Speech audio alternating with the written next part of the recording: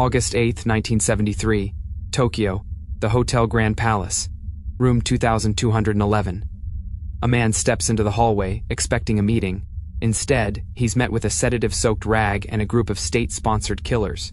How does this man, blindfolded, bound, and weighted with heavy stones in the middle of the Pacific Ocean, go from a burial at sea to winning the Nobel Peace Prize? Today, we're deconstructing the KT operation, the kidnapping of Kim Dae-jung. The target was DJ, Kim Dae-jung, the fiercest rival to South Korea's military dictator, Park Chung-hee.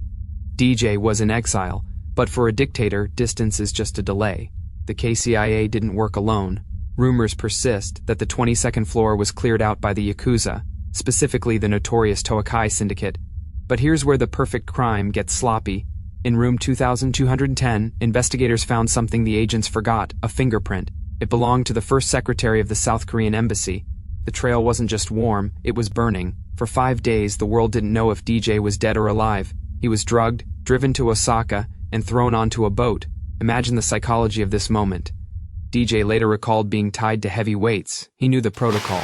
In the Cold War, dissidents didn't get trials, they got accidents. He prayed. He even claimed to have a vision of Jesus Christ standing on the deck. Was it a hallucination brought on by the sedatives or the ultimate survival mechanism of a man who refused to break? Just as the agents prepared to tip him overboard, a light split the sky. A ghost plane, likely U.S. intelligence, and Japanese Coast Guard vessels were closing in. Behind the scenes, the U.S. ambassador had sent a blunt message to the Blue House in Seoul. "We know exactly what you're doing. Stop." The agents panicked. They didn't kill him. They kept him in the hold, shivering and blindfolded for days. But here is the ultimate twist. 7 years later, the military junta sentenced him to death again for the Gwangju uprising. Imagine sitting on death row, while the men who tried to drown you in the Pacific are now running the country.